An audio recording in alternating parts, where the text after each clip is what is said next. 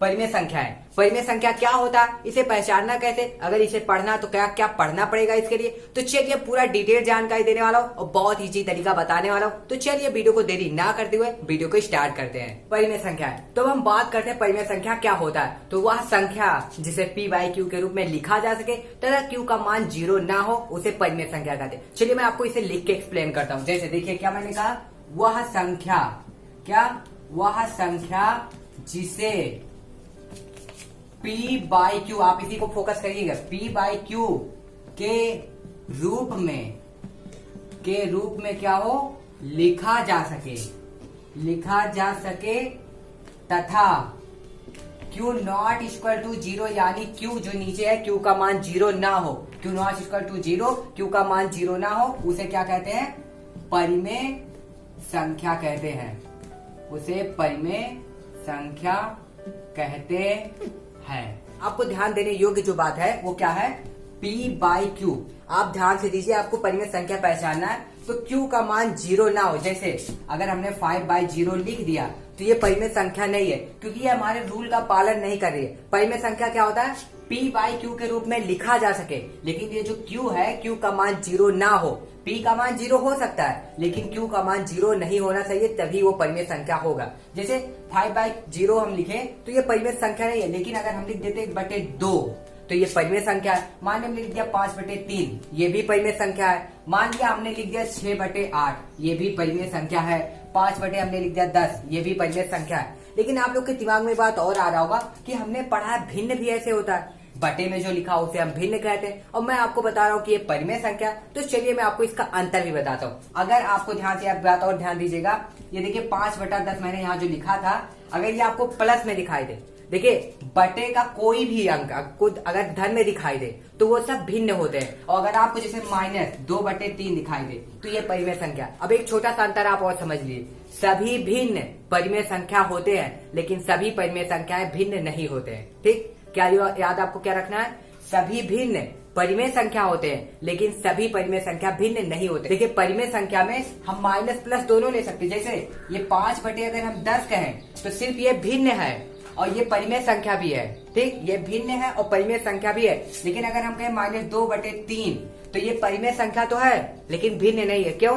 क्योंकि परिमेय संख्या धनात्मक ऋणात्मक दोनों हो सकता है, लेकिन भिन्न कभी भी ऋणात्मक नहीं हो सकता, वो सदैव धनात्मक होता है। जैसे मैं आपको थोड़ा सा और एक्सप्लेन करके बताता हूँ। जैसे आप ये देख लीजिए 2, ये बताइए 2 परिमेय संख्या की नहीं है या भिन्न है कि नहीं है। अब देखिए आप में से किसी को लगा होगा कि ये परिमेय संख्या है, नहीं भी है, भिन्न है, नहीं भी है। तो मैं चलिए आपको एक्सप्लेन करता हूँ, ये परिमेय संख्या भी है, भिन्न भी। देखिए हम जब कोई भी अंक लेते हैं उसके नीचे कुछ ना आपको दिखाई दे तो उसके नीचे हम कितना 1 मानते हैं, तो ये भिन्न हुआ, धनात्मक में था, और ये परिमेय संख्या भी हुआ, क्योंकि मैंने आपसे कहा है सभी भिन्न परिमेय संख्याएं होते हैं लेकिन सभी परिमेय संख्याएं भिन्न नहीं होते हैं। अब देखिए इसके नीचे अगर हम माइनस यहाँ लगा देते हैं तो ये क्या है, परिमेय है कि भिन्न है, ये परिमेय संख्या है लेकिन भिन्न नहीं है। जैसे -2/-3 हमने लिख दिया, ये परिमेय संख्या है कि भिन्न है, ये परिमेय संख्या भी है, भिन्न नहीं है, ये भिन्न भी है। क्यों? देखिए माइनस माइनस कट जाएगा, प्लस में हो जाएगा, तो 2/3 ये क्या है, भिन्न है और परिमेय संख्या दोनों। अब हमने लिख दिया 0/5, ये बताइए ये क्या है, ये परिमेय संख्या है। देखिए ये हमारे रूल का पालन कर रहा है। Q का मान 0 नहीं, मैंने आपसे कहा P का मान 0 हो सकता है लेकिन Q का मान 0 नहीं होना चाहिए। अब देखिए मान लिया हमने लिख दिया -2/5,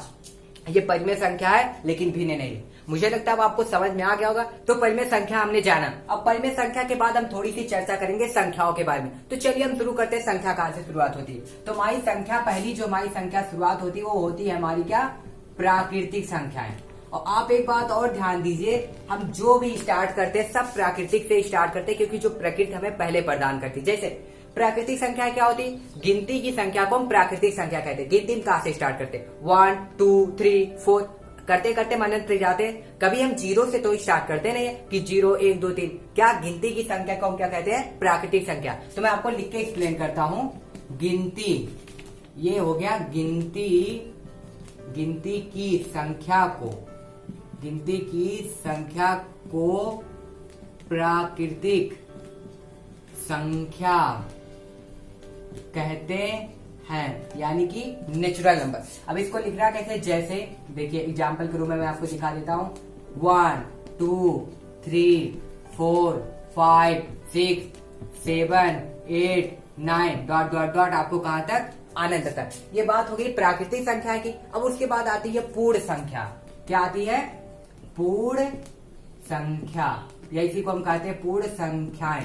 अब ध्यान से सुनिए, देखिए प्राकृतिक संख्याओं में जीरो को शामिल कर लेने पर, या ऐसे प्राकृतिक संख्याओं की फैमिली में जीरो को शामिल कर लेने पे जो संख्या बनती है उसे हम क्या कहते हैं? पूर्ण संख्या है। अब देखिए पूर्ण संख्याएं, पूर्ण संख्या में क्या शामिल हो रहा? पूर्ण, मतलब जिसको मिलाने पर पूर्ण हो जाए। देखिए जीरो यहाँ पे हम मिला दे तो ये पूर्ण संख्या हो जाएंगी। तो हम इसे लिखेंगे, ऐसे हम लिख देते हैं आपको, प्राकृतिक संख्याओं में, प्राकृतिक संख्याओं में शून्य या जीरो को, शून्य ब्रैकेट में जीरो लिख दे रहा हूं, शून्य को शामिल या मिला लेने पर, शामिल शून्य को शामिल करने पर पूर्ण संख्या बनती है, पूर्ण संख्या होती है या पूर्ण संख्या बनती है। जैसे देखिए प्राकृतिक संख्याओं में हमने क्या लिया था? 1 2 3 4 5 से डॉट डॉट करके अनंत तक लिया था। इसमें हम आगे जीरो लगा देंगे और बाकी सब वही रहेगा, 0 1 2 3 4 5 6 7 8 9 डॉट डॉट डॉट। दोस्तों आप मेरे लिखने पे मत जाइएगा, क्योंकि मैं जल्दी जल्दी जब लिखता हूं तो मैं राइटिंग नहीं बैठा पाता हूं, ठीक। इसके बाद आता पूर्ण संख्या के बाद आता पूर्णांक संख्याएं। क्या? पूर्णांक संख्याएं, पूर्णांक संख्याएं। अब पूर्णांक संख्या क्या होती है?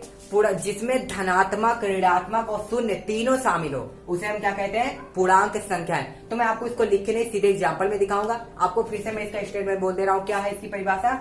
जीरो धनात्मक संख्या है या ऋणात्मक संख्या है, सबको मिलाने पे जो संख्या बनती है उसे हम क्या कहते हैं? पूर्णांक संख्याएं। जैसे एग्जाम्पल में आप देखिए इसे, जैसे हम लिखेंगे, देखिए आपने देखा होगा मैं यहाँ से अनंत, देखिए माइनस अनंत से dot dot dot dot dot dot करते हम लिख रहे हैं -3 -2 -1, उसके बाद 0, फिर यहाँ पे +1 या इसी को +2 +3 dot dot dot dot dot plus अनंत। या आप इसके सामने प्लस न लगाए तब भी चलेगा।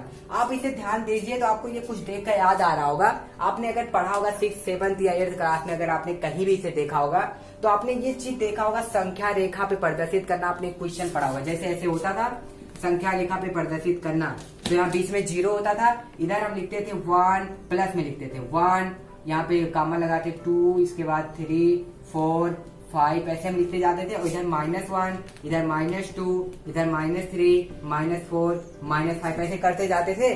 तो सेम इसी संख्या रेखा को दर्शाने के लिए ही पूर्णांक संख्या का जन्म हुआ था, ठीक। तो आपको पूर्णांक संख्या समझ में आ गया कि जिसमें 0 भी आए, प्लस संख्या भी आए, ऋणात्मक संख्या भी आए, यानी प्लस माइनस दोनों संख्याएं आए और शून्य भी जिसमें शामिल हो उसे हम क्या कहते हैं? पूर्णांक संख्या।